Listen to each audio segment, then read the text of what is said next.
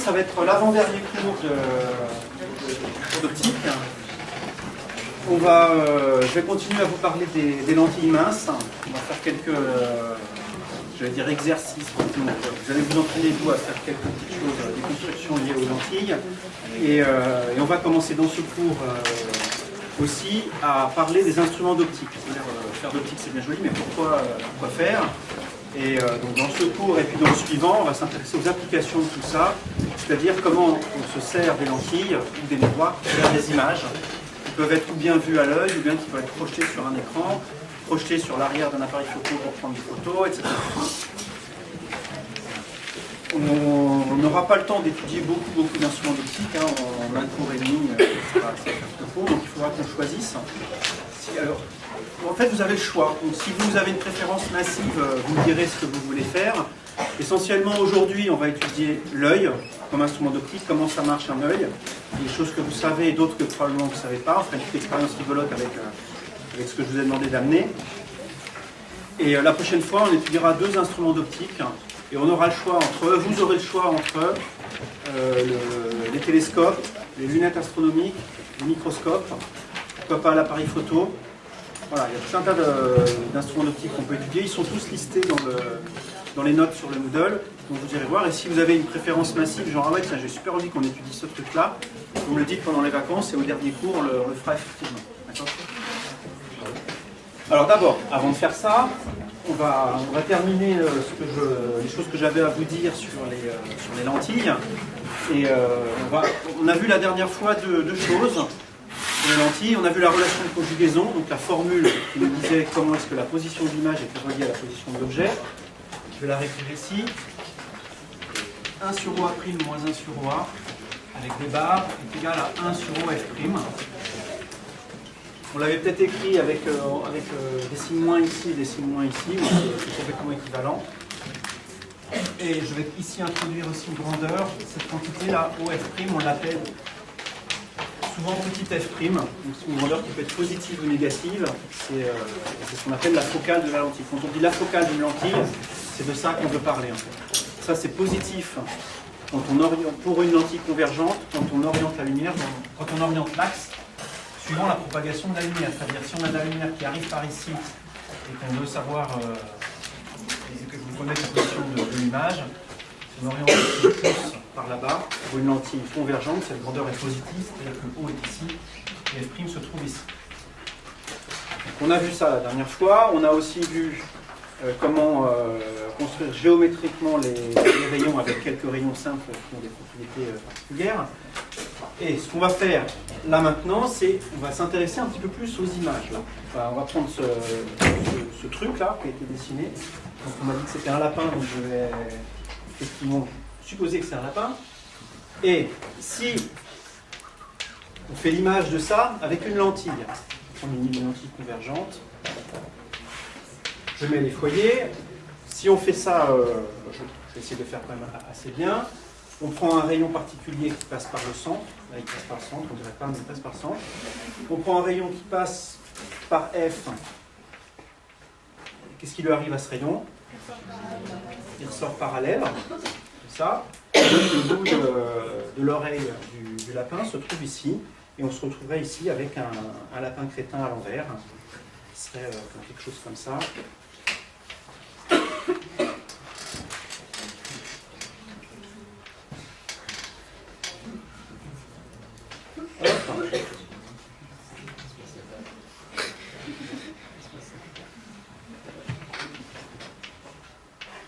Voilà.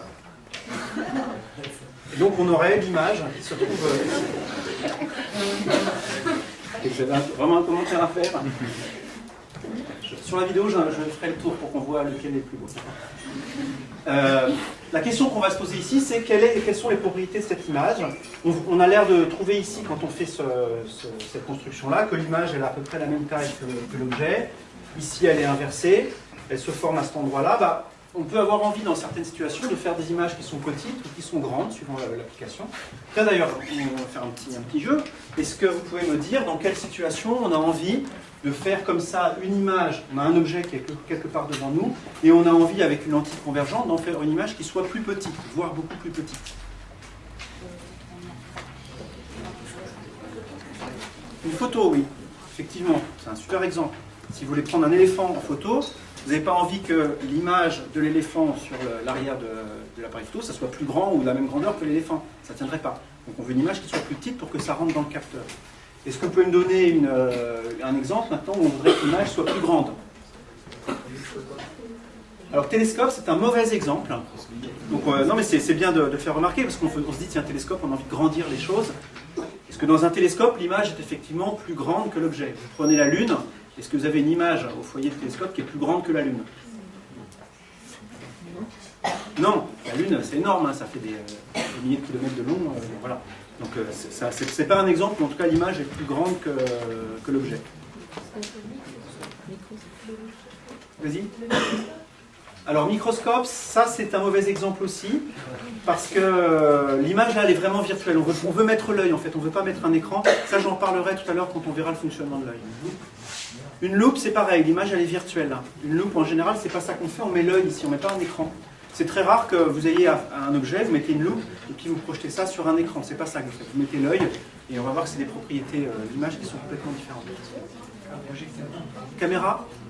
C'est comme l'appareil photo, en général, on veut quand même que l'image soit plus petite que l'objet. Projecteur, ouais, ça, effectivement. Ça, c'est un très bon exemple. Donc, les vidéoprojecteurs, vous avez effectivement tout un ensemble, un dispositif qui fait une petite image sur une surface transparente, c'est éclairé, et vous avez une lentille qui projette ça sur le mur pour en faire une image plus grande.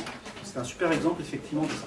Alors, donc, il y a différentes situations en optique où on veut que l'image soit grande ou petite. Et ben, on va s'intéresser à ça maintenant, aux propriétés des images. Dans quelles conditions est-ce que l'image est grande ou petite? Dans quelles conditions est-ce qu'elle est droite ou inversée? Ce genre de trucs. Donc, ça s'appelle 4 propriétés des images.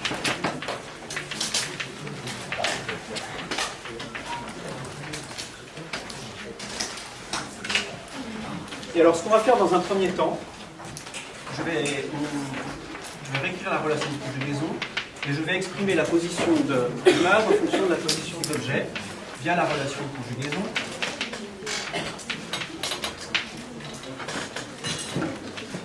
Ça, si je le transforme, ça me dit que 1 sur OA' est égal à 1 sur F' plus 1 sur OA. Tout ça avec des barres. Je prends l'inverse de ça. Avant de prendre l'inverse, je vais tout mettre au même dénominateur.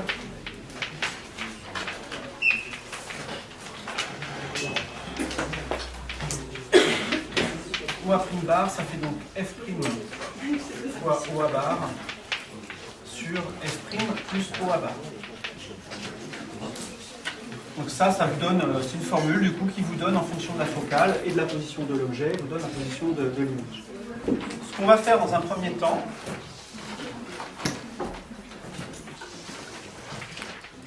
on va représenter cette fonction-là, OA' en fonction de OA, sur un graphe. Donc on a ici une fonction, hein. La variable ici, le x dont vous avez l'habitude, ce serait le OA bar, et le y, ça va être le OA' bar, donc on a OA' en fonction de OA.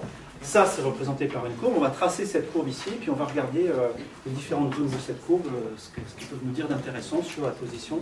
Tout d'abord sur la position des images, et après on verra sur leur taille. Alors, ça, vous pouvez le tracer en fait avec votre machine. Hein. Si vous avez des machines graphiques, bah, sortez-les pendant que j'écris ce que vraiment on va tracer. Si vous avez une machine graphique qui trace les fonctions, vous poser ici x est égal à OA bar sur F'. En fait, si je divise tout ça par F', on trouve la chose suivante. OA' sur F' est égal à x sur 1 plus x. Voilà, vous le ferez tranquillement le calcul. Hein, voilà. On passe de là à là en divisant ça par F' carré, en utilisant ça. Tracez la fonction x plus 1 sur x sur votre machine. Allez-y. Je vais me servir de ça ensuite pour mettre les points remarquables là-dessus.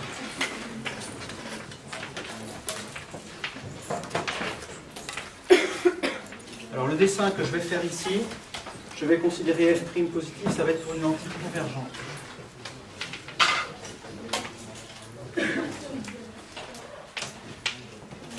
Quelqu'un là sur sa machine ?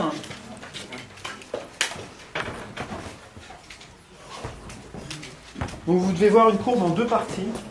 Donc suivant que vous zoomez beaucoup ou pas, vous avez l'impression que La courbe en fait est continue, ça a l'air de faire ça, ça monte, puis ça redescend là, et puis ça repart là. En fait, la partie où ça redescend, c'est parce qu'on a une asymptote, et si vous ne zoomez pas assez, votre machine ne s'en rend pas compte. Et voilà. Si vous faites ça bien, et si vous zoomez suffisamment, vous apercevez qu'il y a une asymptote verticale ici. Les pointillés qui sont ici correspondent à deux asymptotes, une verticale, une horizontale, qui se situe ici à moins f' et ici à f'. Et la courbe, que je vais tracer en jaune, fait quelque chose comme ça. Et elle fait quelque chose comme ça. Elle passe ici par 0. Qu'elle se passe ça par 0, ça veut dire que si OA est égal à 0, si OA bar est égal à 0, dans la formule, ça fait effectivement OA prime bar égal à 0. Donc ça passe bien par ce point. La courbe qui est ici, en fait, elle synthétise la relation de conjugaison. C'est-à-dire que si vous avez ça, et vous n'avez pas la relation de conjugaison en tête, vous pouvez tout de suite savoir où va être l'image si vous connaissez la position de l'objet. Vous avez une position d'objet donnée. OA, je ne sais pas moi, OA' est égal à 1,5 fois F', paf, ça va être ici, vous montez voir et vous avez ici la position de l'image en lisant directement OA' sur le diagramme. Donc ce schéma-là, cette courbe ici, vous synthétise la relation de conjugaison. Et ce que vous allez faire vous maintenant, c'est là que vous allez commencer à bosser. On voit qu'il y a trois régions ici dans cette courbe. Il y a celle-ci, ici, que je vais appeler la région 1. Il y a celle-ci, que je vais appeler la région 2. Et puis il y a celle-ci, que je vais appeler la région 3. Vous voyez que la courbe jaune ne passe que par ces trois régions ici. Elle ne passe pas du tout là, elle ne passe pas là, elle ne passe pas là, voilà, elle passe que là. Ce que je vous demande de faire maintenant, c'est de faire trois schémas, trois constructions géométriques qui correspondent à chacune de ces zones qui sont ici. C'est-à-dire, pour la région 1, là, la région 1, ça correspond à des positions d'objets, des OA bar, qui sont plus petits que moins f'.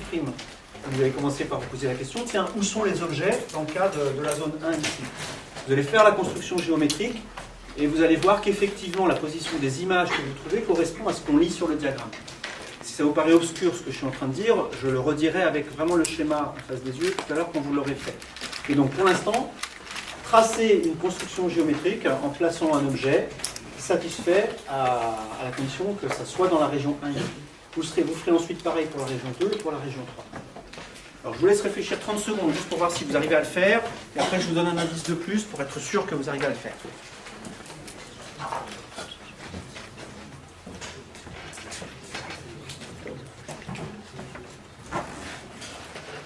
Si on regarde la lentille que j'ai dessinée ici, elle a son centre O, son foyer objet qui est ici, son foyer image qui est ici. Ça on voit plus le film parce qu'il est sur le pied du lapin, qui est pas petit d'ailleurs. Si on veut placer un objet qui soit dans la région jaune, c'est-à-dire tel que OA bar soit plus petit que moins f', ça veut dire quoi sur l'objet? Il est où par rapport à un des points caractéristiques de la figure là? On veut ici que OA', que OA bar soit plus petit que moins f'. C'est ça que veut dire la condition. On est à gauche de ce point-là sur la figure. Quel point se trouve à exactement OA est égal à moins f'? D'abord, je vais poser une autre question. Quel point se trouverait à la distance OA est égale à plus f'? Si je cherche un point, je vais l'appeler M, tel que OM est égal à OF'. Ça, c'est f'. C'est quoi comme point M? Le point M, il est où? Sur f', pas sur f. S'il y en a un prime. Donc, il serait là. Maintenant, je veux un point tel que OM soit égal à moins f'. Il est là, du coup. Si OA bar est plus petit que OF, il est par là-bas. Il est plus petit, et c'est un nombre négatif, donc ça veut dire que sa valeur absolue est plus grande. Les points tels que la distance OA bar est plus petite que OF, donc est plus petite que moins f', ce sont tous les points qui sont par là-bas. Donc la région 1 ici correspond aux objets qui se trouvent à gauche de F. Ben, le dessin, on l'a finalement, voilà, il y en a un ici.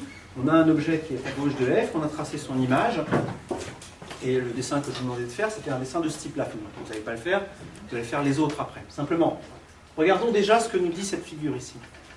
Le point image qu'on obtient ici se trouve à droite de F'. On le voit ici, hein. Vous pouvez faire tous les dessins que vous voulez, ça va toujours être le cas. Qu'est-ce que ça nous dit, ça, sur la position du point dans la région 1 ici? On a pris un point dont l'abscisse était quelque part par là, voilà, top. Et on trouve que son image ici est telle que OA' est plus grande que OF'. Vous pouvez peut-être le noter ici. Pour cet objet-là, là, on a OA' qui est plus grand que OF'. La distance OA', elle est sur l'axe vertical ici. Dire que OA' est plus grand que OF', c'est-à-dire F', ça veut dire que le point se trouve au-dessus de cette ligne-là. Tous les points qui ont leur OA' plus grand que F' sont au-dessus de cette région-là. Donc, ce que nous dit le fait que cette courbe-là se situe dans cette région-là, c'est que tous les points dont tous les objets qui se situent avant F auront une image qui se situe après F'. Tous les points pour lesquels l'objet est par là-bas auront une image qui est par là-bas. On l'observe ici sur le dessin et vous pouvez faire autant que vous voulez en mettant ça n'importe où avant F, ça sera vraiment toujours le cas. Ce que je vous demande maintenant, c'est vous d'adapter ce que je viens de dire aux points qui sont ici. Ils sont où les points qui correspondent à la région 2 du coup? Sur le schéma, où est-ce qu'il faudrait que je mette l'objet? Entre O et F, exactement. Ça correspond au point F, ça correspond au point O, et on veut que l'objet soit entre les deux. Et bien, refaites un dessin dans lequel vous mettez l'objet entre le point O et le point F, dessinez l'image, regardez où elle est, et voyez si ça correspond effectivement à ce qu'on voit sur cette courbe. Allez-y, commencez par faire une image en prenant un objet entre O et F.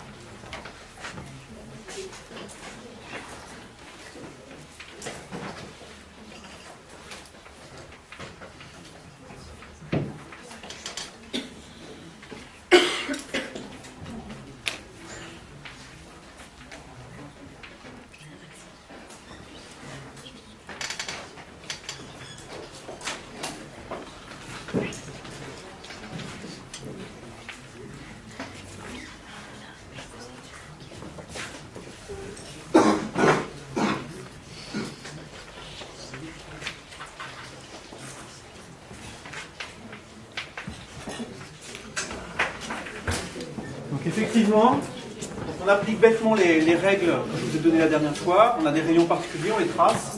Celui qui passe par le centre n'est pas dévié. Ça, c'est toujours une bonne idée de commencer par celui-là, à mon avis. Et celui qui part parallèle, qui arrive parallèle, repart en passant par F'. Alors là, je suis mal.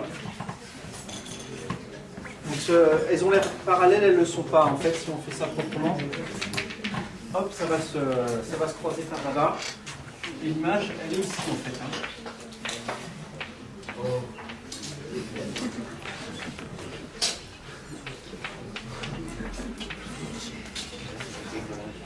Voilà.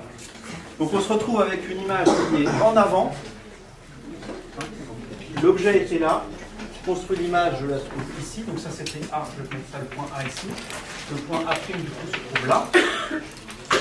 Vous voyez que OA', ça veut dire quoi? L'image est avant, ici la lentille. Ça veut dire que OA' est négatif. Oui, bah, on le voit ici, effectivement, tous les points qui sont ici sur cette courbe-là se trouvent dans la zone où OA' ici est négatif. On est bien en dessous du point O ici. On est en dessous. Donc ça, c'est bien OA' négatif. Donc on le voyait directement là-dessus. Alors maintenant, faites la même chose. Donc ça, c'était la région 2. Ça, c'est le cas de la région 2. Faites la même chose maintenant avec la région 3. Donc cette fois-ci, on veut un objet tel que OA est positif. OA bar est positif.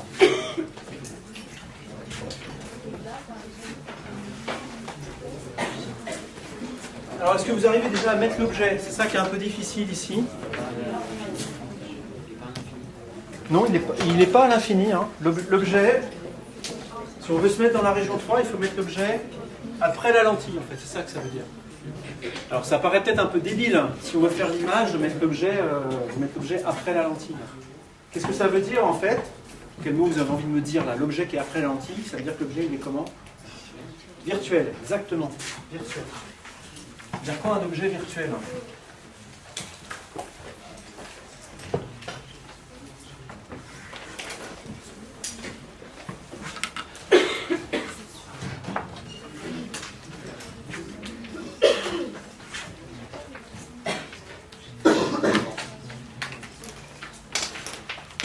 l'objet AB qui est ici, que l'objet soit virtuel, ça veut dire que les rayons qui arrivent sur la lentille ont envie d'aller converger vers ce point-là.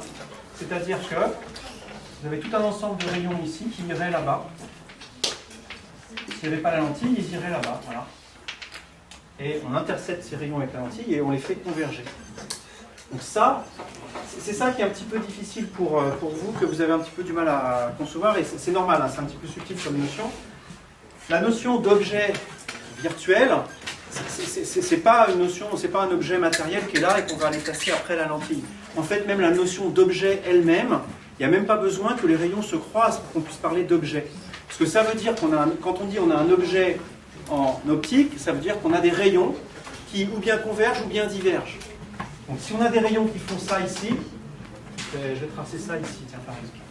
Si on a des rayons qui arrivent comme ça,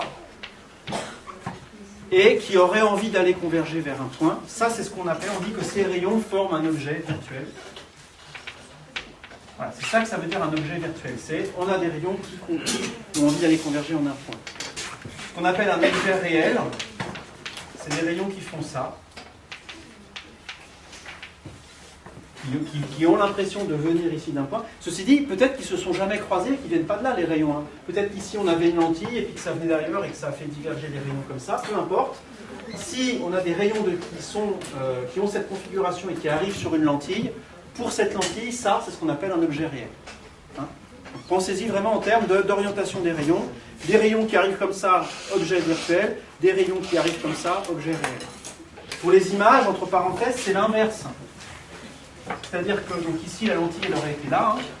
Si maintenant, vous avez, après la lentille, des rayons qui font comme ça, là, c'est des rayons qui sembleraient venir d'un point qui est situé avant. Ça, c'est ce qu'on appelle une image virtuelle.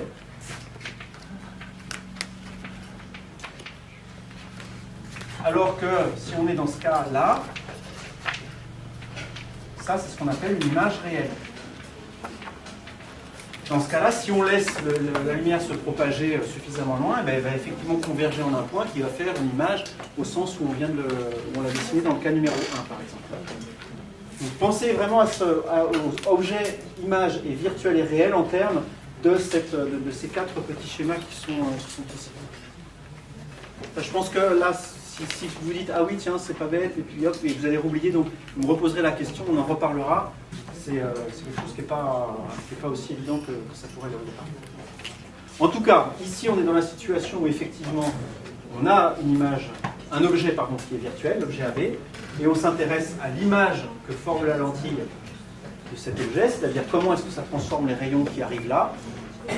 Comment est-ce qu'on fait ça? On utilise exactement les lois qu'on vient d'utiliser. On prend un rayon qui passe par le centre de la BD, donc le rayon ici. Un de ces rayons-là qui irait converger vers B, lui en fait, il continue son chemin, il passe par O sans être dévié. On prend un rayon qui arriverait parallèle à l'axe, celui-là il est bien là par exemple, il arrive parallèle à l'axe, il irait vers B, donc il participe à l'objet virtuel ici. Et qu'est-ce qui lui arrive à ce rayon? Il part par là-bas, il va en F. Il va en F, et donc l'image elle est où? Elle se trouve ici. Les deux rayons se croisent là. A' est ici. Et B' est ici. On peut peut-être enlever ces rayons-là pour ne pas trop surcharger la figure. On avait besoin que de deux rayons.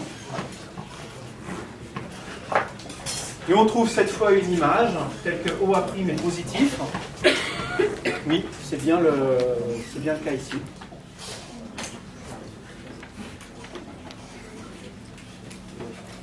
Et vous allez toujours trouver, alors ça on pourrait le montrer, mais l'image ici est comprise entre 0 et F'. Elle est entre la lentille et le foyer, hein. L'image elle est entre ces deux points-là. Donc ça veut dire que sur la figure qui est ici, l'image se trouve vraiment dans la bande qui est ici. Que l'image se trouve avant F', ça veut dire que la courbe ici est en dessous de cet axe-là. D'accord ? Ce que je suis en train de dire là, ça va vite, hein. Je m'en rends compte, et il y a peut-être certains aspects où vous avez lâché, tiens, pourquoi il a regardé sur l'axe vertical et pas l'axe horizontal. Si vous avez des questions maintenant, posez-les, mais sinon vous irez vraiment re-regarder tranquillement la vidéo et chacun des pas que je viens de dire ici, faire une pause et vous dire qu'est-ce qu'il a dit là.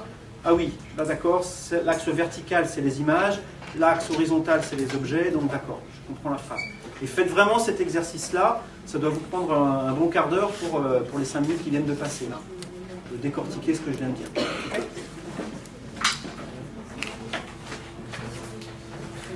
l'image qui est ici correspond à la région numéro 3 de ce schéma. Je vais maintenant m'intéresser à une autre propriété des images, non pas leur position, mais leur taille. Et ça va faire appel à ce qu'on appelle le grandissement. Prenons le schéma qui est ici, par exemple, puisqu'il est encore au tableau.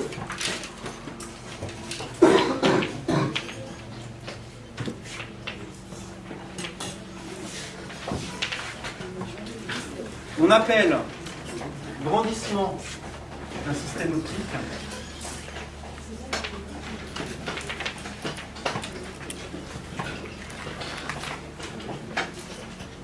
je vous écoute, tiens. Qu'est-ce qu'on appelle le grandissement d'un système optique? Est-ce que vous savez? Vas-y.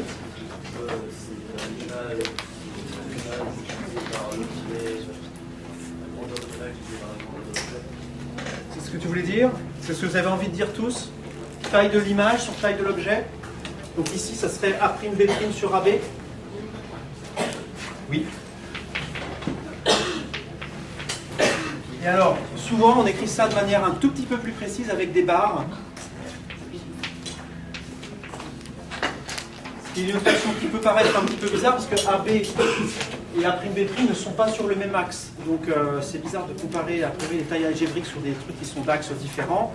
Ce que ça veut dire ça, c'est si on fait ça de manière maligne, c'est-à-dire on oriente les deux axes ici dans la même direction, le A'B' a un certain signe et AB a le même signe si c'est dans cette situation-là, il y a le signe opposé s'ils sont à l'envers. C'est juste pour dire ça. Alors comment est-ce qu'on peut calculer cette quantité? Donc ça c'est la définition. Donc, si je vous demande la définition du grandissement, c'est ça. Point.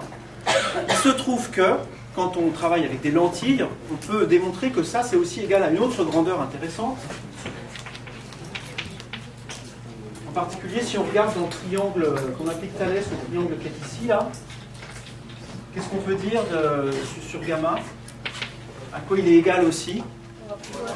OA' bar sur OA bar. Donc, dans ce cas particulier, on a cette relation-là. Donc là, je vous mets en garde, parce que je vous dis tout le temps, ouais, là, vous vous trompez une fois sur deux. Là, ce que je vais vous dire, c'est 3 fois sur 4. Donc vraiment, écoute, non mais c'est sérieux, hein, ça fait 2 ans que je fais cette remarque en cours. L'année dernière, je l'ai filmé, et je vous l'ai remontré, enfin, à vos prédécesseurs parfaitement. Je leur ai remontré le film en disant, oui, je vous l'avais dit. Et ben, oui, je vous l'avais dit. Là, je vous l'avais dit, d'accord? Attention, si je vous demande la définition du grandissement, ce n'est pas ça. Vous avez des systèmes optiques, par exemple, vous prenez un miroir concave, vous allez appliquer ça, ça ne donne pas du tout la grandeur qui est ici. Dans ce cas particulier, ça marche parce qu'on a une construction dans laquelle on a un triangle, on peut appliquer Thalès. Si vous voulez calculer le grandissement en me sortant cette formule-là, il faut me la démontrer. Donc c'est ça qui est vrai, et il faut me dire, bah, il se trouve que c'est égal à ça en appliquant Thalès dans tel triangle, et ça, il se trouve que c'est plus facile à calculer, on va voir pourquoi. Mais ne me posez pas ça comme définition du grandissement, c'en est pas une. Et c'est pas tout le temps juste. D'accord? Alors, précisément, pourquoi est-ce qu'on a envie de mettre ça de cette forme-là? Bah, parce qu'il se trouve que OA' sur OA, c'est facile à calculer, puisqu'on a ici la relation entre A' et OA.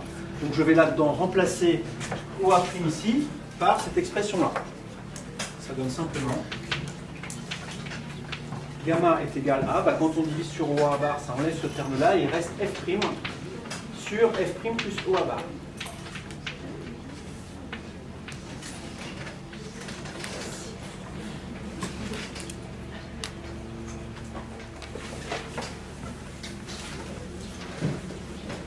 Bon, bah, même jeu que tout à l'heure, un tout petit peu plus simple en fait. Je vais tracer en fonction de OA bar, je vais tracer ce gamma.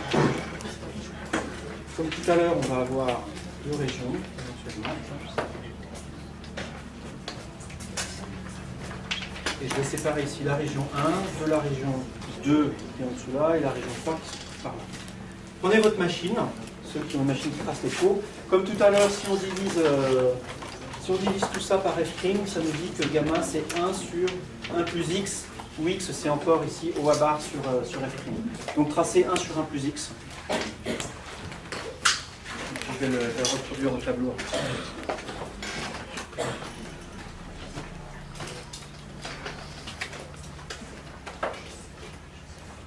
Ok. Tenez. Une courbe qui fait comme ça, qui passe par ici 1, une courbe qui fait comme ça. Vous avez tous ça? Oui. Il y a un cours sur l'agrandissement, c'est normal? Non, non, pardon, c'est quelque chose qui reste de tout à l'heure, c'est un bout de flèche qui a été mal échappé, mal effacé, merci. C'est bon. La région 1 est ici. La région 2, du coup, dans ce diagramme-là, elle est là. Et la région 3, elle est là. Donc j'identifie aussi ici des cadrans dans lesquels la courbe passe. Si vous vous référez au petit dessin de tout à l'heure, je vais les faire... je vais refaire vraiment très rapidement ici pour qu'on les ait sous les yeux.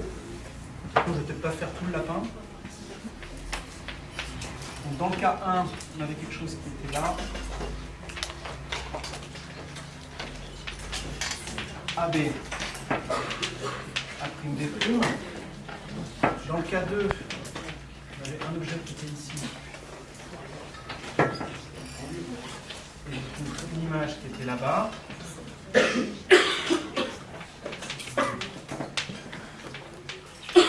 Et dans le cas 3, on avait un objet là. Et l'image qui était juste avant ici, A'B'. Bon, c'est peut-être un peu, je l'ai fait un peu trop petit pour ceux qui sont là, désolé, mais vous l'avez de toute façon sous les yeux, hein, vous avez une forte figure correspondant aux régions 1, 2 et 3.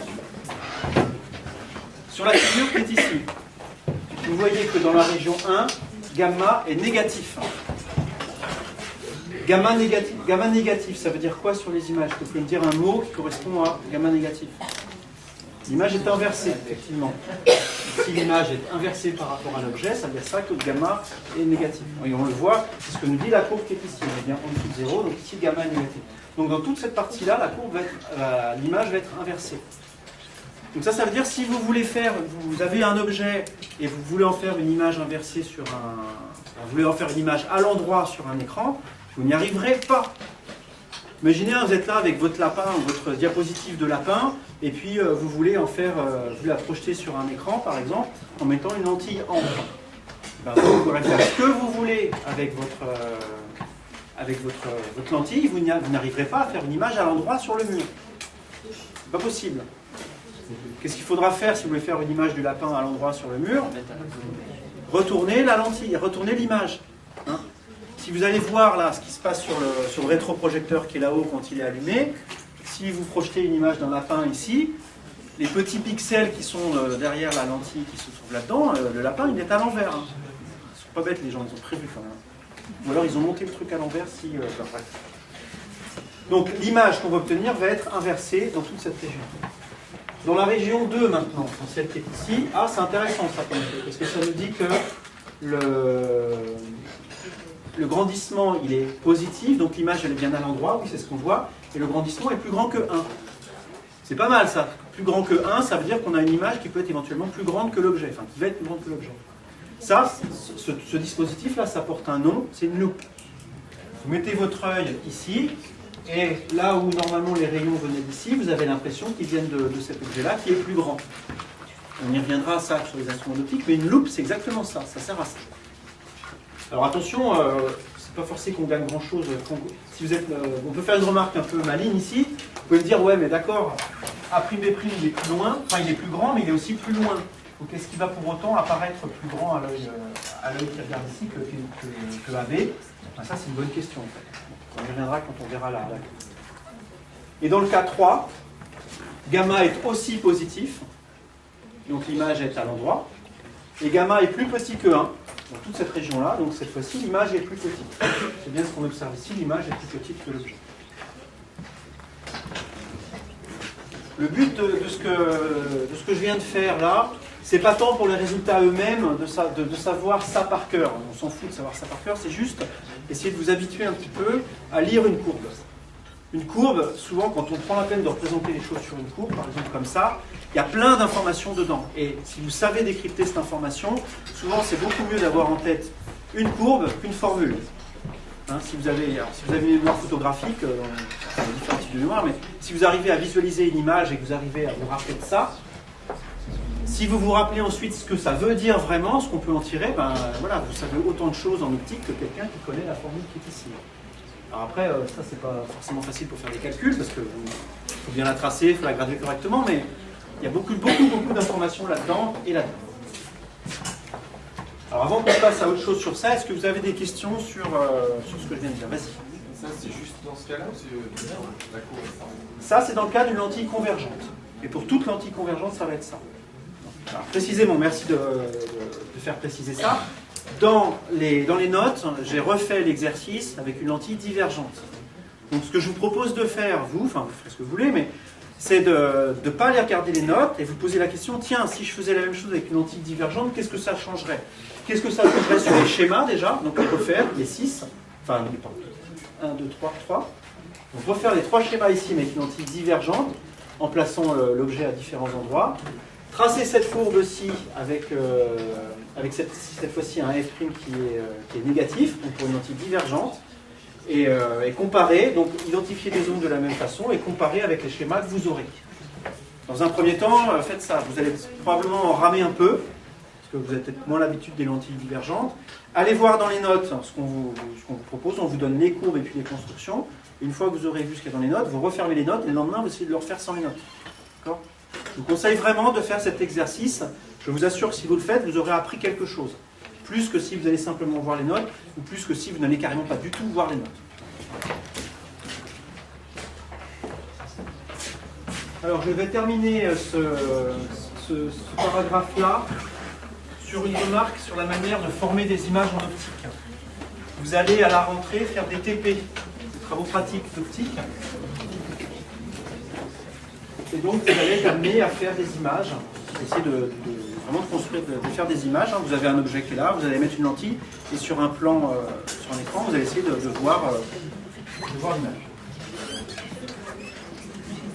Donc la manière dont ça va se passer, c'est que, une situation typique, c'est ici, j'ai un objet ici. J'ai ici une lentille, alors je vais la représenter comme ça, et on veut obtenir ici sur un écran une image. Alors, en pratique, on va vous donner une lentille, il n'y a pas forcément écrit la focale, vous ne savez pas, et en pratique, au début, vous allez mettre l'objet, la lentille, l'écran, et il ne va rien se passer, vous allez avoir un truc tout flou, tout pas beau, etc. Et une question qu'on va vous demander en TP, c'est arriver à former une image qui soit nette. Donc pour ça, il y a plusieurs trucs à savoir. Je vais vous donner ici un résultat que je ne vais pas démontrer ici, mais vous allez le démontrer en TP, en travaux dirigés. Vous avez un exercice qui consiste à déterminer la distance minimale qu'il doit y avoir entre l'objet ici et l'image pour qu'on puisse former une image. Si l'objet est trop près de l'écran, avec une focale donnée, vous n'arriverez pas à faire une image sur l'écran. Si j'appelle f', la distance focale de la lentille qui est ici, il faut qu'il y ait aussi au minimum, vous savez ça combien? Il faut au minimum 4 fois f, même si c'est f'. Donc si vous avez une lentille de 20 cm de focale, il faut qu'il y ait au minimum 80 cm. Si vous prenez 20 cm de distance alors que vous avez une focale de 10 cm, vous pourrez agiter autant que vous voulez la lentille, la mettre où vous voulez, ça ne marchera pas. Encore une fois, je ne démontre pas ce résultat, mais ça se fait assez facilement. Et quand effectivement cette condition est vérifiée, que vous avez au minimum 4F, si par exemple ici vous avez 10 cm de focale, et puis que là vous avez 80 cm de distance, là c'est largement bon, cette condition est vérifiée. Si c'est cm que je veux dire. Et vous allez vous apercevoir que vous aurez deux positions qui donnent une image nette sur l'écran.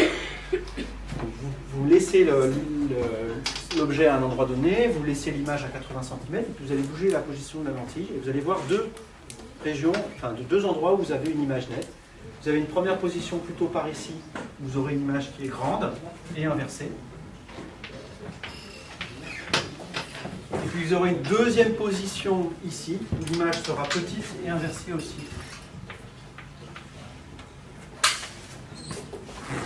Et donc c'est deux positions différentes. Donc tout dépend de ce que vous voulez faire, mais si vous voulez avoir une belle image où le prof il arrive et dit « Waouh, c'est trop beau votre truc », il faudra se mettre dans la première situation, mettre la focale, mettre la lentille ici, plutôt du côté de l'objet.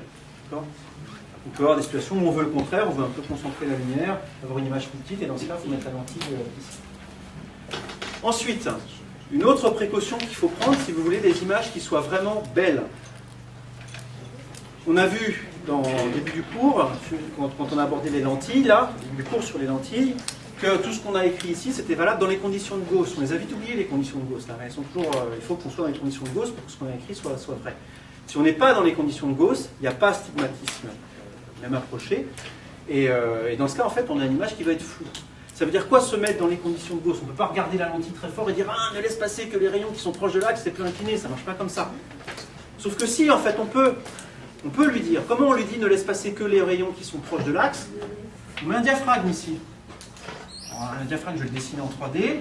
On met devant la lentille comme ça, un truc avec un trou qui ne laisse passer les rayons qu'au centre de la lentille. Alors ça ne sera pas un diaphragme carré, ça sera les trucs à la James Bond là, qui se ferment. Vous allez la lentille, vous mettez le truc devant, et vous le fermez suffisamment pour que peu de lumière rentre, et surtout ne passe que par le centre. Comme ça, vous n'utilisez que les rayons qui sont proches de l'axe, et vous êtes plus dans les conditions de Gauss. L'image sera meilleure avec le diaphragme fermé qu'avec le diaphragme ouvert. Pour les gens qui font de la photo, ça vous le savez, c'est aussi vrai pour les appareils photo, les objectifs d'appareils photo qu'on vous vend.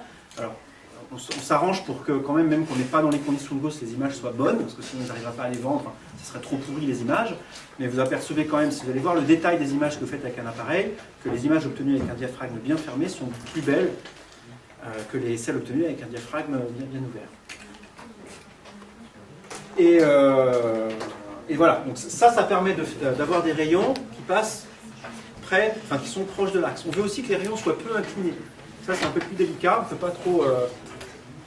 si on a une image qui est extrêmement grande ici, il y a des rayons qui vont être très inclinés par rapport à la lentille, on n'y peut rien. Et bien ça c'est effectivement un problème, et ça veut dire qu'il faut prendre des objets qui sont petits. Si vous essayez de faire des images d'objets qui sont grands, quand vous voulez faire l'image du bord là, les rayons vont être très inclinés, on va être hors des conditions de Gauss et ça va être tout pourri ici, ça ne va pas être beau, vous n'allez pas avoir une image nette. D'accord ? Donc il y a aussi une manière d'utiliser les lentilles pour effectivement être sûr qu'on est dans les conditions de Gauss et que le stigmatisme est réalisé au mieux. Bon. Je ferme cette parenthèse pseudo-expérimentale, on vous en dira vraiment beaucoup plus quand vous ferez les TP là. Est-ce que vous avez des questions sur ça ? C'est bon ?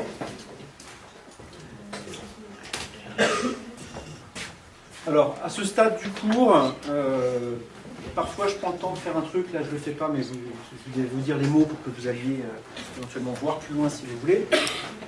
Même quand on n'est pas dans les conditions de Gauss, on peut quand même étudier ce qui se passe pour les rayons lumineux, et ça nous amène à ce qu'on appelle les aberrations géométriques.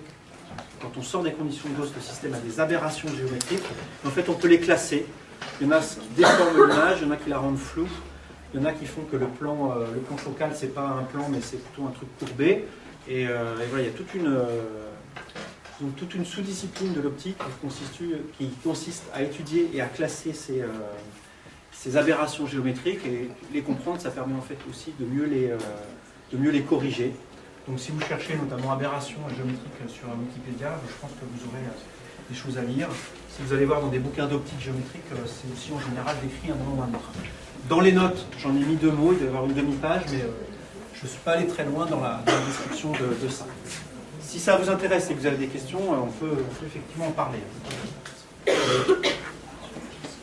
Bon. Maintenant, on passe à la dernière partie du cours, celle qui peut-être va vous intéresser le plus, j'espère. C'est maintenant comment on utilise tout ça. Ça y est, vous êtes super fort à utiliser les lentilles, les relations de conjugaison et faire des images, si. Et donc maintenant, on va vraiment le faire avec des instruments qui existent. Ça s'appelle chapitre 4, instruments d'optique.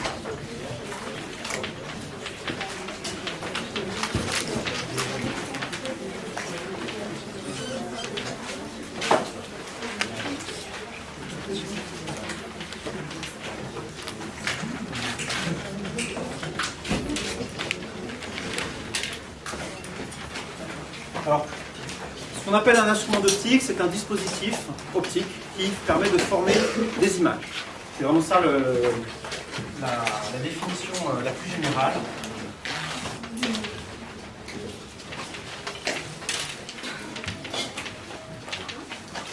Et qui forme des images au sens du stigmatisme, c'est-à-dire les rayons issus d'un point vont converger en un point sans devenir d'un point.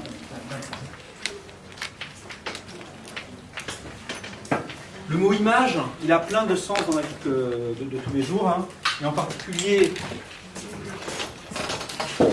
si on regarde, je sais pas, on regarde un écran d'ordi là, paf, on met une image ici, mais une image, vous voyez, je dis le mot image. Il y a quelque chose qui est ici, on a envie de l'appeler une image. C'est pas du tout une image au sens de l'optique, ça. Hein. L'écran d'ordinateur n'est pas un instrument d'optique. Ce n'est pas un instrument qui fait une image à partir d'un objet, qui transforme les rayons lumineux venus d'un objet pour aller en former une image. C'est pas ça du tout. Hein. Donc, instrument d'optique, c'est vraiment dans ce sens restrictif là. Donc il y en a tout plein. Alors il y en a, on les avait listés l'autre fois, donc on ne va pas refaire le jeu et on va en étudier quelques-uns ici. Pourquoi est-ce qu'on veut former des images? En général, c'est pour les regarder ensuite. Donc il y a en général un être humain ou une caméra qui est là pour regarder ces images. Donc il faut comprendre aussi, pour comprendre l'intérêt et le fonctionnement des instruments d'optique, il faut comprendre comment fonctionne l'œil. Donc on va commencer par ça. L'œil.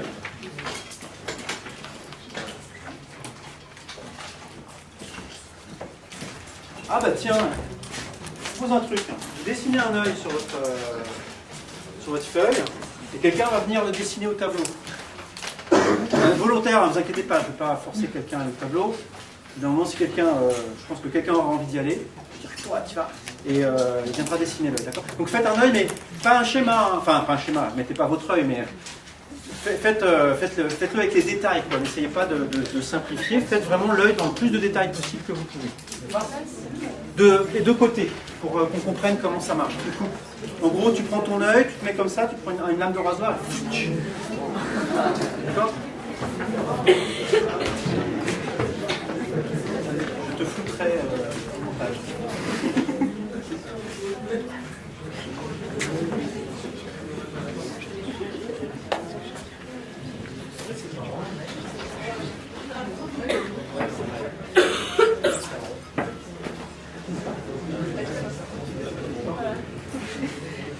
Donc le côté où la lumière passe, il est à droite, hein, bien d'accord? Ouais, ok. Ça arrive là. D'accord. Ça c'est quoi? Ça c'est un bout d'œil qui est un peu différent de là, ça peut être une position. D'accord. Ok, bon, on va partir de là. C'est bon, merci. Et je vais le compléter. Donc c'est un bon début, c'est pas tout. Alors effectivement, c'est pas rond déjà un œil hein, pour commencer. C'est l'avant de l'œil est plus courbé que le reste. Vous avez vraiment une petite avancée comme ça. Je vais enlever ça, on va voir un peu ce que ça correspond. Le fonctionnement d'un œil, à la base, c'est vraiment ça. C'est-à-dire que vous avez un dioptre sphérique. Alors on n'a pas trop étudié les dioptres sphériques, mais les dioptres sphériques, ça a la propriété de faire converger la lumière. Et ça fait en sorte que si vous avez de la lumière qui vient d'un point qui est situé là-bas, cette lumière ici est réfractée au niveau du dioptre et vient former une image ici. Là, vous avez tout un tas de cellules photoréceptrices qui forment un tapis de cellules qu'on appelle la rétine.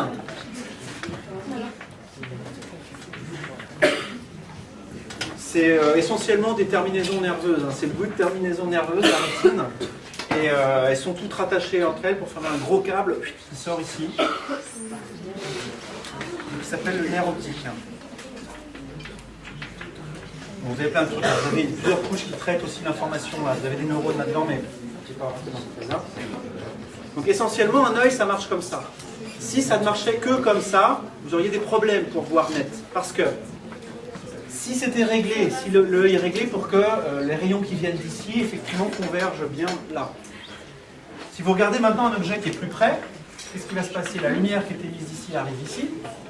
Comme ils arrivent un peu plus inclinés là, ils repartent par là-bas. Là, pareil. Et ces rayons-là ne viennent pas du tout converger en un point. Donc les rayons issus d'ici vont bien converger là, mais ceux issus de là ne vont pas du tout converger sur la rétine. Donc vous ne pouvez pas voir net simultanément là et là. Pourtant, vous arrivez à voir net différentes choses. Vous avez quelque chose dans l'œil qui se règle et qui vous permet de voir net à différentes distances. C'est quoi? J'ai tout entendu sauf la bonne réponse. Cristallin. Effectivement. Vous avez ici un autre organe qui est un organe déformable. Vous avez ici un ensemble de cellules transparentes qui sont attachées ici avec des muscles hein, en fait, hein, qui permettent de tirer dessus et de changer sa forme. Et la déformation de ce cristallin ici en font un organe qui est plus ou moins rond, et ça change ses propriétés optiques. Et ça, c'est ce qui va faire que, en contractant plus ou moins le cristallin, on va faire en sorte que les rayons blancs convergent ici, ou bien en accommodant, ça s'appelle accommoder, hein, ça pour l'œil, les rayons ici convergent. Donc il y aura jamais, attention au dessin, il n'y aura jamais les deux situations en même temps. Hein. Ce que je suis en train de dire, c'est que pour un certain état du cristallin, ce sont les rayons venus d'ici qui forment une image sur la rétine. Pour un autre état du cristallin, ça va être les rayons qui viennent du point jaune qui est ici. Voilà, donc le cristallin, c'est un truc qui change de forme et qui vous permet de voir net à différentes distances. Il y a une limite avec laquelle ça marche, ça. On peut pas... Alors, un objet qui est à l'infini, qui est super loin, ça, un œil qui n'est pas myope, il le voit net, et il n'y a pas de souci, même là, le cristallin est au repos. On a un œil normal, on appelle ça hémétrope en optique. Donc un œil hémétrope, quand il est au repos et qu'il est là tranquille dans son petit canapé, puis qu'il regarde au loin, il voit l'image nette. Maintenant, si vous commencez à vous concentrer sur des objets plus près, donc je regarde maintenant quelque chose qui est ici, ah là, mon cristallin est en train de se contracter, je vois net, ah là je vois plus net. Là il a atteint le bout de ses capacités, et effectivement, il y a un point en deçà duquel on n'arrive plus à voir net. Comment ça s'appelle ce point? Punctum proximum.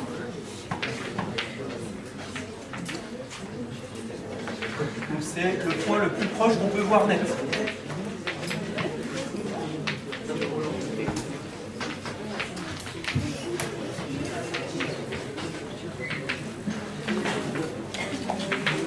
Ça vaut combien ça? 25. Faites-le. Prenez un objet, regardez combien vous pouvez l'approcher de votre œil pour qu'il soit net, et estimez la distance entre votre œil et vos doigts. Vous allez être surpris, ça ne fait surtout pas 25 cm. J'espère que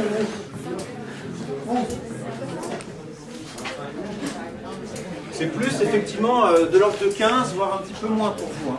Vous êtes jeune, c'est quelque chose qui augmente avec l'âge. Combien?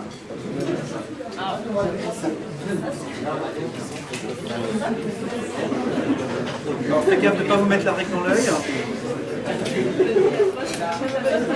Qui est-ce qui a moins de 10? Ouais, c'est pas mal. Hein. Entre 10 et 15. Il y en a qui ont plus de 20. Non. Donc on apprend souvent à l'école que c'est 25 ce truc-là. C'est pas vrai. Hein. C'est pas vrai. Ça, de toute façon, ça dépend des gens. Donc il n'y a pas une valeur précise. Il se trouve que quand les industriels ont besoin de concevoir des instruments et puis de voir à quel point ça va devenir impossible de regarder dedans, on a besoin d'une valeur standardisée qui a été choisie, c'est 25. Effectivement, donc souvent, dans des exercices, on vous dit on va considérer un punctum proximum de 25. Mais en général, vous pouvez faire mieux. C'est juste qu'en fait, on vise au plus large pour que tout le monde s'y retrouve. Donc pour vous, hein, c'est plutôt 15 cm en règle. On parle aussi de punctum remotum, le point le plus éloigné.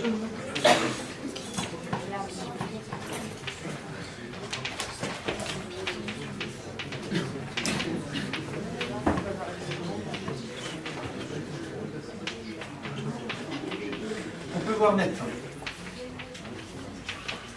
Ça vaut combien?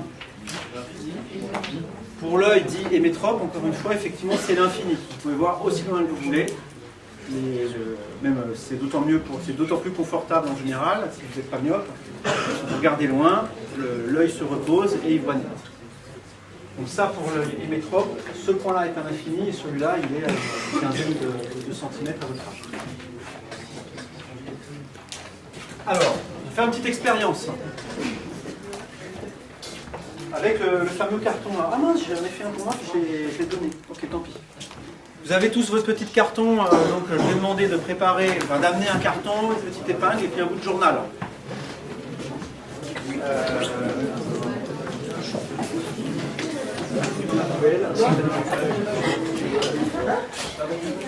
Vous avez un carton, ceux qui ont leur carton, vous l'avez, d'accord? Vous avez l'épingle. Il y en a pour lequel je l'avais déjà percé, mais si ce n'est pas le cas, vous prenez l'épingle et vous faites un tout petit trou, genre la taille d'une épingle, dans le carton. Quelqu'un a une épingle ou un compas sous la main? L'expérience, c'est la suivante. Vous avez votre bout de journal et vous allez commencer par essayer, sans le carton, vous allez essayer de lire le journal, de lire les caractères et de faire ça le plus près possible. Ça revient à l'expérience de tout à l'heure du punctum proximum. Donc arriver à, je sais pas, à 15 cm, ça va devenir flou. D'accord? Ensuite, vous allez faire la même expérience en regardant le journal à travers le petit trou que vous avez fait dans le carton.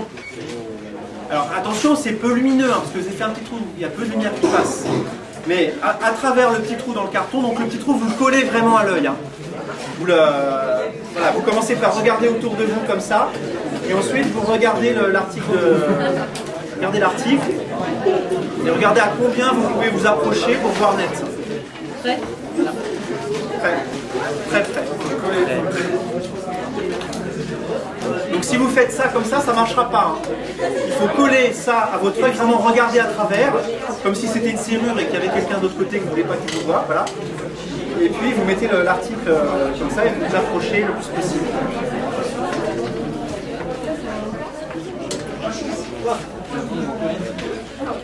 Est-ce que quelqu'un peut faire une remarque sur ce qu'il voit? Si vous ne voyez plus rien, faites le trou un tout petit peu plus gros. Ce que vous devez voir, c'est que c'est net extrêmement longtemps. C'est-à-dire que vous pouvez approcher quasiment à 2-3 cm de votre œil et ça reste net. Encore plus fort, s'il y a des gens parmi vous qui ont la chance d'être myopes. Vous enlevez vos lunettes. Alors ceux qui ont des lentilles, ils ne peuvent pas jouer. Vous enlevez vos lunettes et vous regardez autour de vous à travers le petit trou. Vous allez vous apercevoir que le monde est devenu net autour de vous. Vous n'avez pas besoin de lunettes, vous avez besoin d'un carton avec un petit trou. Faites-le, non mais faites-le sérieux.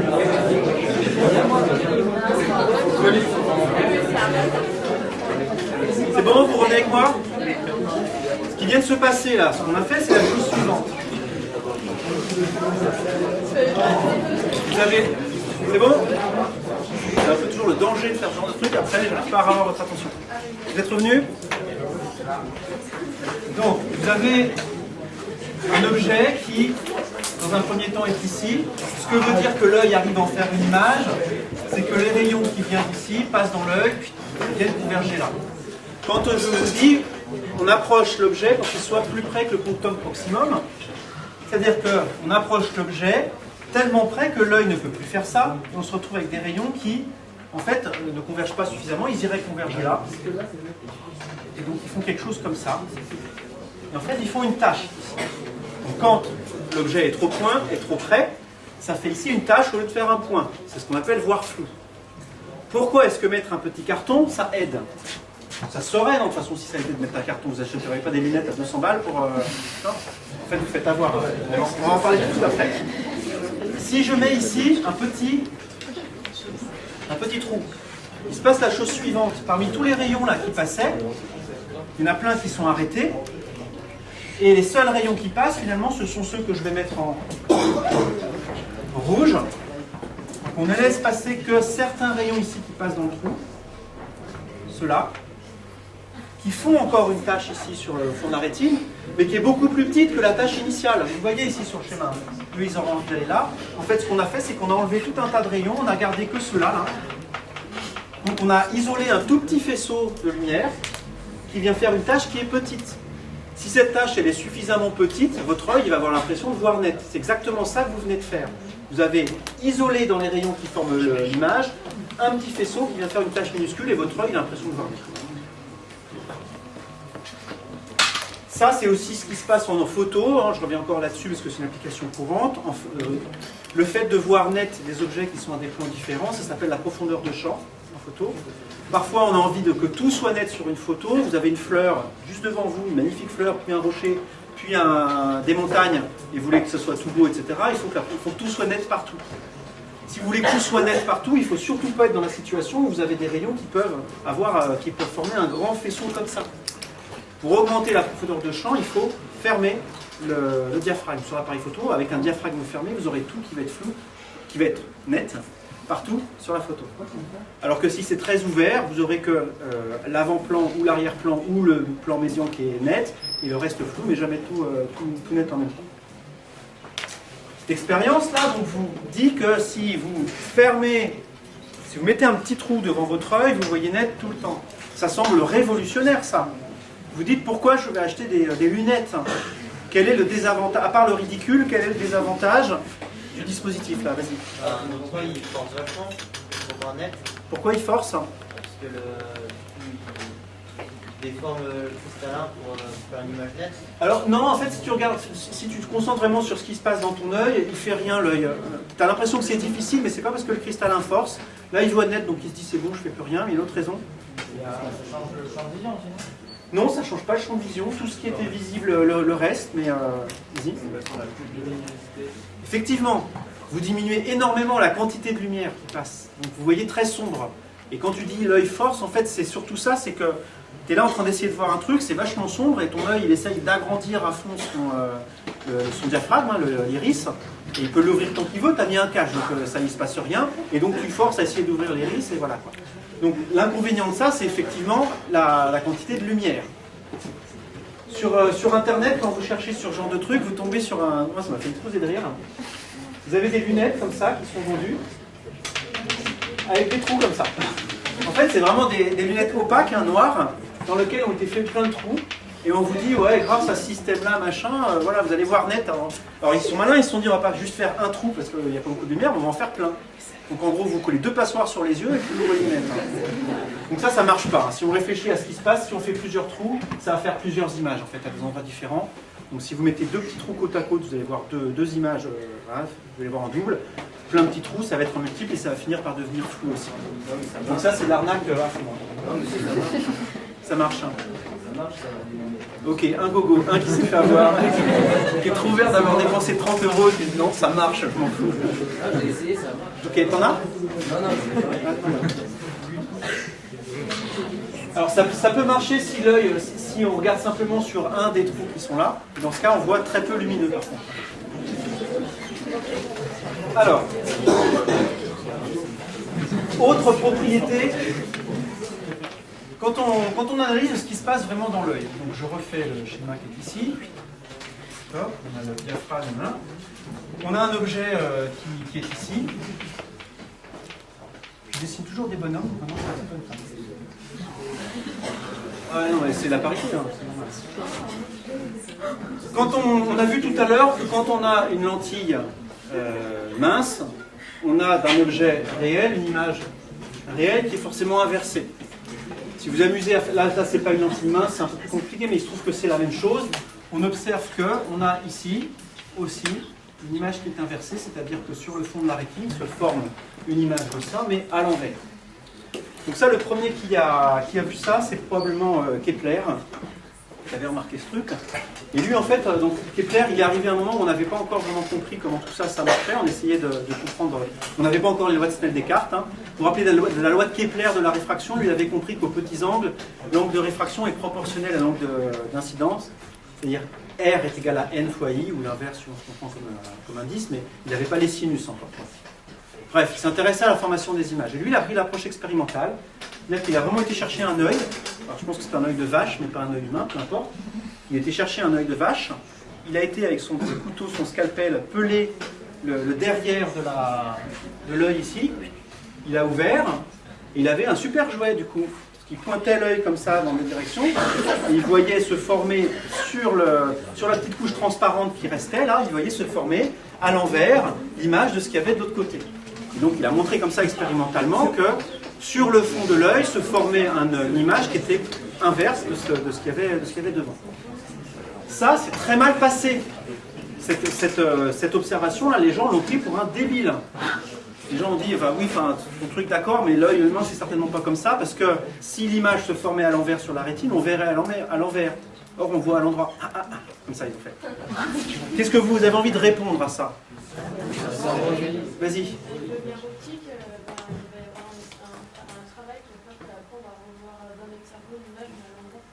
Donc, il y aurait quelque chose qui remet à l'endroit. Vous irez tout ça? Ouais, j'avais entendu parler de l'expérience avec Vous avez mis un casque à quelqu'un qui retournait ta vision, de demander de tourner et envoyer normalement. Effectivement.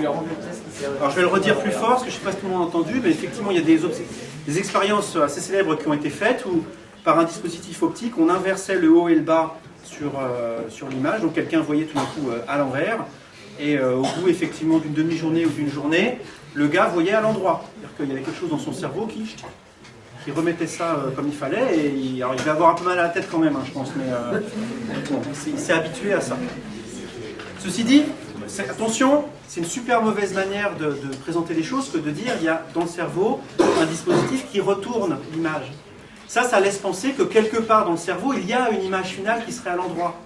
C'est pas le cas, hein, vous pouvez aller disséquer autant que vous voulez, l'image qui est ici, dans le cerveau, elle est nulle part à l'endroit. Hein. Il y a pas, dans le cerveau, il n'y a pas d'image.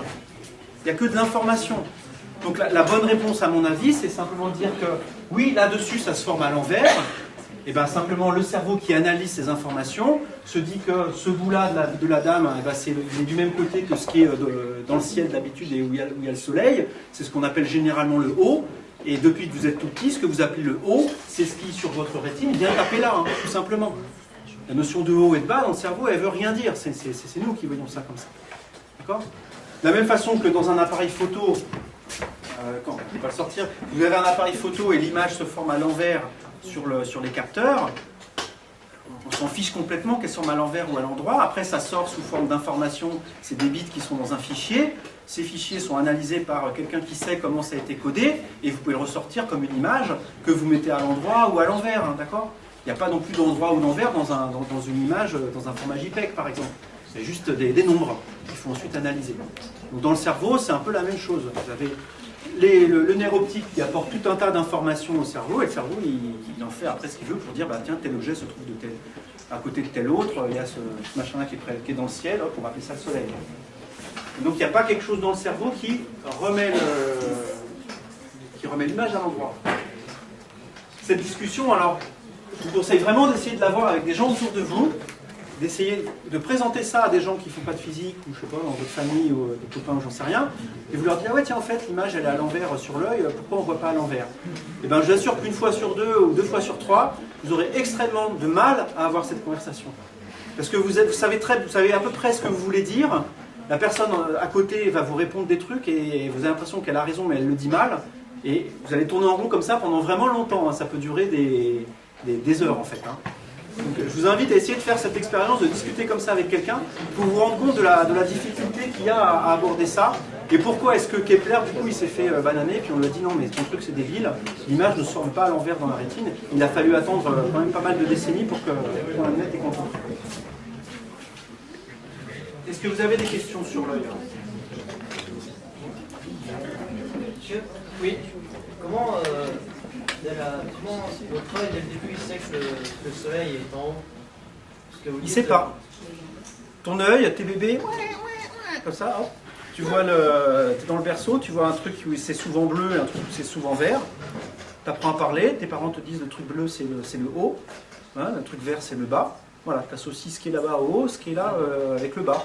Le soleil il est quand même plus souvent dans le truc bleu que dans le truc vert. Donc, voilà, non mais c'est comme ça que ça marche, hein, voilà. Il n'y a pas codé quelque part le haut, le bas. L'image elle est à l'envers comme ça, ou elle est à l'envers comme ça, comme ça. Dans un miroir, ou juste à l'envers. D'accord, bonne question. Et si on fait le truc en 3D, donc elle porte un bouquet de fleurs parce que c'est une fille. Dans sa main, ça c'est le. On va faire comme en chimie. Ce qui est devant, on le met comme ça. Ce qui est derrière, on le met en pointillé.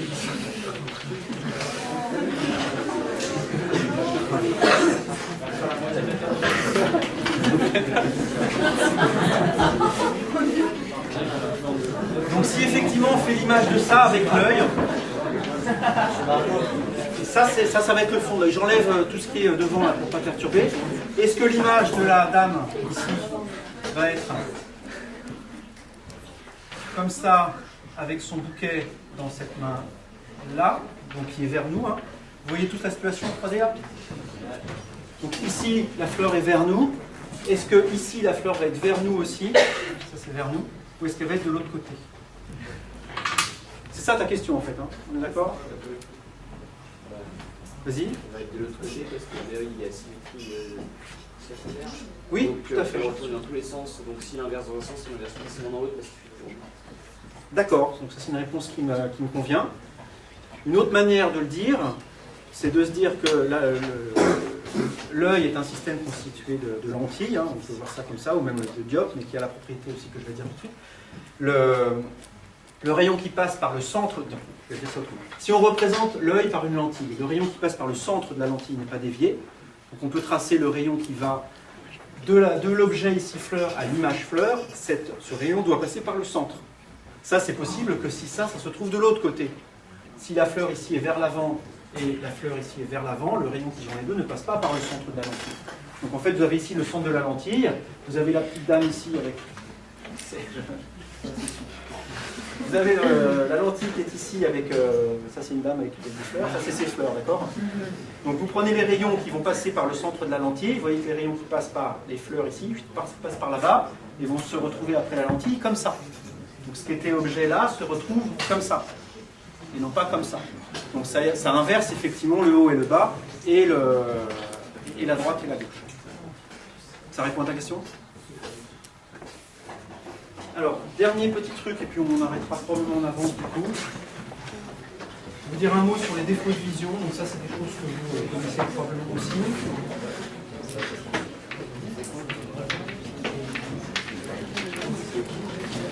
Qu'est-ce que vous connaissez comme défauts de vision les plus importants?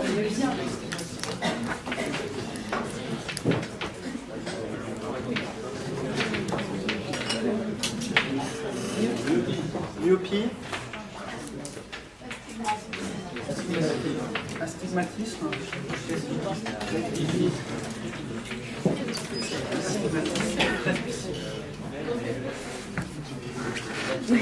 Comme ça?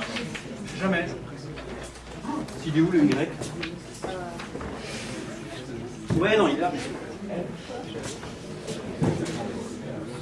Et vous pouvez m'en dire un peu plus que simplement dire les mots. Ça veut dire quoi, hypermétrope? On voit bien de loin, mais pas de près. Presbytie.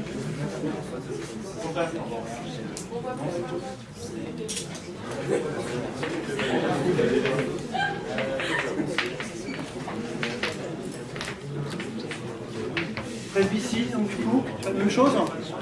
L'inverse. On laisse de côté. Myopie. Loin, pas bien. Ah, c'est marrant, loin, c'est l'anagramme de Lyon.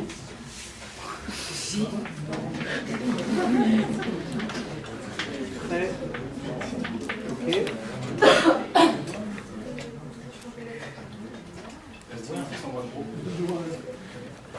Astigmatisme, on voit gros. Comment ça on voit gros? Genre la craie là, je la vois comme ça.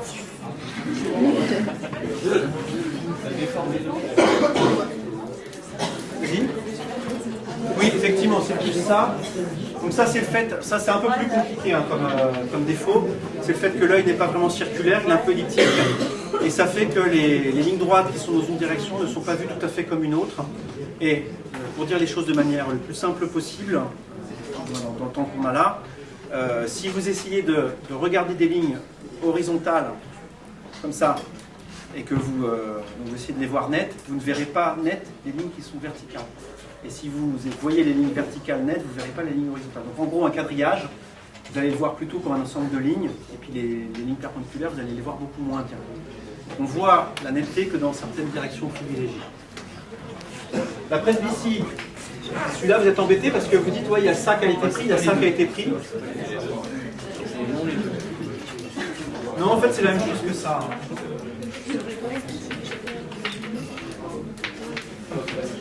Donc c'est pour ça que je les ai mis ensemble. J'avais laissé un trou tout à l'heure. En fait, on donne des noms différents parce que c'est les causes, en fait, plus les causes médicales, physiologiques qui ne sont pas les mêmes. Mais l'effet vraiment purement optique est le même. On voit bien de loin, mais on ne voit pas bien de près. Et en fait, plus précisément, l'image ne se forme pas au bon endroit sur la rétine. Si vous avez l'œil qui est comme ça, vous avez un objet qui est là. Quand vous avez un œil myope, l'image se forme en avant.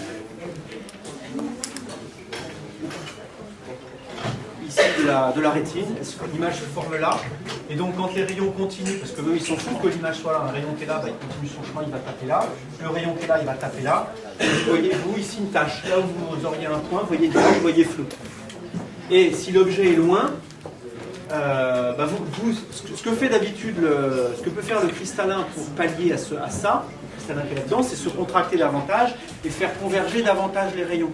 Mais là, s'il fait converger davantage les rayons, ça ne va pas améliorer la situation, au contraire.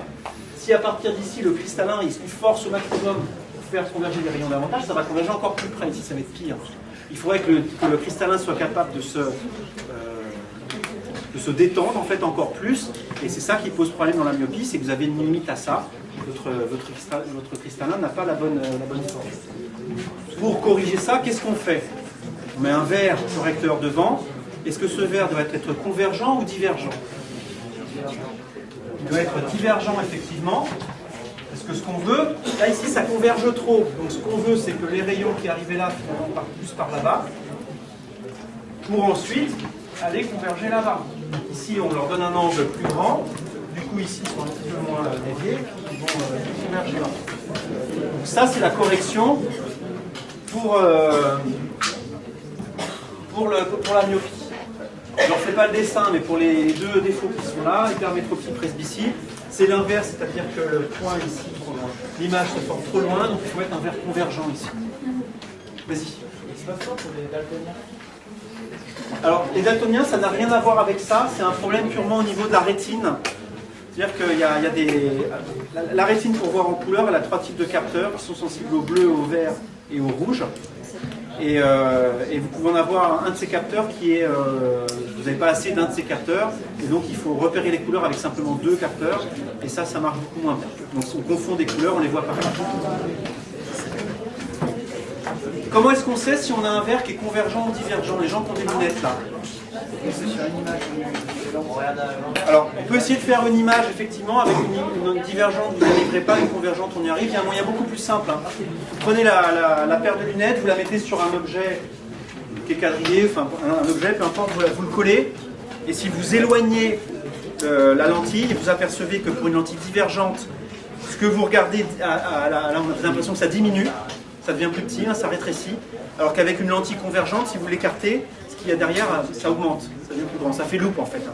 Une lentille convergente, ça fait loupe, une lentille divergente, non, ça fait le contraire. Ok, il est pile l'heure, je m'arrête ici pour aujourd'hui. Bonnes vacances à tout le monde.